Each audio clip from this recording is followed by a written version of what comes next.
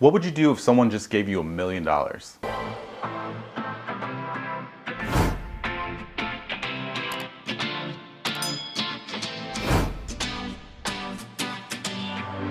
What's up everyone, David here with Free to Be, and thank you for joining me for another video. Now in today's video, I want to talk about windfalls and what you should do if you come across a large sum of money. Now some of these may surprise you because it does kind of go against everything I've been talking about on this channel for the past 2 years, but you're definitely going to want to stay tuned for the whole video. But before I get started, as always, if you are new to my channel, I cover financial literacy here in an effort to track my progress to financial independence, and hopefully by doing that, I'm creating valuable content for others to use in their pursuit of financial independence as well. So if you are new to my channel and haven't done so already, please take a moment and just click the subscribe button down below. I really do appreciate the support and it does help the channel a lot. And if you're not new, thanks for coming back. Alright, so what do you do if you end up getting a huge financial windfall? Whether that's from a relative that passes away, if you win the lottery, maybe you get a huge unexpected bonus at work. What do you do with the money? Well, here are a few things to consider. Alright, so you got this large sum of cash. Now what? Well, I know that financial stability is important, and I preach that a lot here, and it's something that I'm working on as well. And while financial health is definitely good to have, it is still important to treat yourself every once in a while in your life. So depending on the money that you got, maybe it's a weekend trip that you can take, maybe it's a new article of clothing, maybe it's just a nice dinner out, or a brand new Roomba that makes your life easier. Whatever it is, within reason, go ahead and treat yourself. You've just come across some money that you did not expect to have. You haven't really begun to allocate it to any kind of financial building and wealth building. So first things first, take a little piece and treat yourself to something that's out of the ordinary and something that you really will enjoy. And again, I know that that's a weird thing to say when the whole mission of retiring early or financial independence is to hoard as much money as you can. But in a situation where it's totally unexpected and you didn't anticipate receiving the money,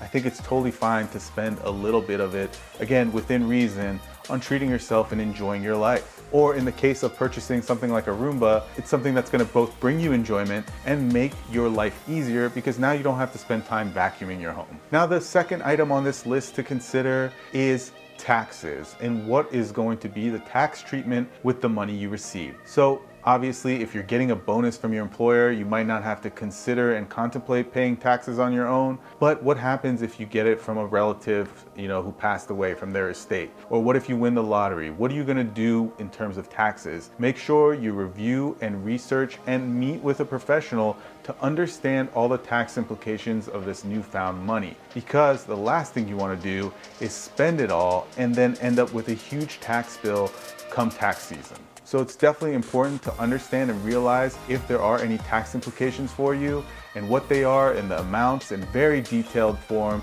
so that you can put away enough to cover that expense. Which really lends itself to the next item on the list, and that's to hire professionals. So you're going to want to make sure you get a CPA or an accountant that can help you understand the tax situation that you're in. If you need someone to help you, like a financial advisor, an investment advisor, someone who's going to help you make the most of this money, go look for a professional to help you in that pursuit as well. But don't be afraid to ask. Don't be afraid to go out there and try to find someone to help you do things you might not be able to do on your own, or you just might not have the know-how to do on your own. It's totally fine to hire professionals to help you handle money. So don't feel bad about doing that. Now the next thing to ask yourself when you come across a large sum of money is, what are my goals? You have to think about your goals because even if you've had goals in place, you might want to reprioritize them. Maybe it is such a life-changing amount of money that you've come across that now's the time you think about maybe scaling back on that full-time job. Maybe now you realize that, hey,